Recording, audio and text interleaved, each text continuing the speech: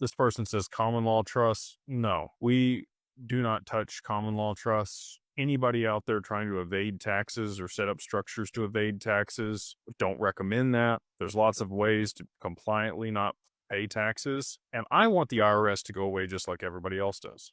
Okay. Like, I hope that all of this that people are talking about with Trump and the IRS getting removed and all that happening, please, I would love for that to happen. I would love to go to a tax system like they have in Dubai, which is a 6% value added tax on everything that's not a necessity, right, for survival. So if it's not water, food, or shelter, it's taxed at 6% across the board as a federal tax.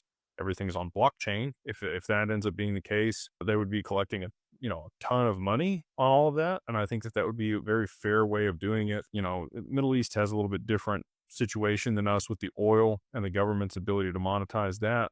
And they're able to actually pay people a stipend that are citizens there. So a little bit different setup. I get that. But, now that we have the tariffs in place, you can think whatever you want about that. I'm not here to get political. But in the past, when we have used tariffs, it actually worked pretty good. We didn't have income tax here in the US. They got rid of the tariffs and implemented the income tax. And taxation is theft, in my opinion.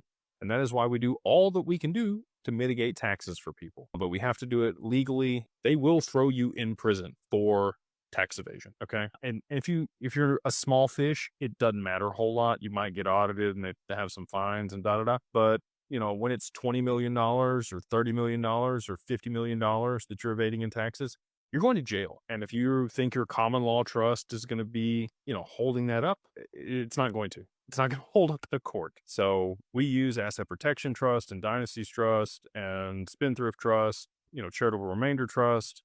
There's like 88 different types of trusts out there. And we have access to all those tools because that's what they are. They're tools. But we do not use common law trusts. And I would encourage you to look at whoever is trying to coerce you into that. If there's somebody that says you can defer taxes in perpetuity or, evade or remove taxes by using this type of trust, I would suggest not working with them. There's, again, plenty of ways to legally mitigate taxes.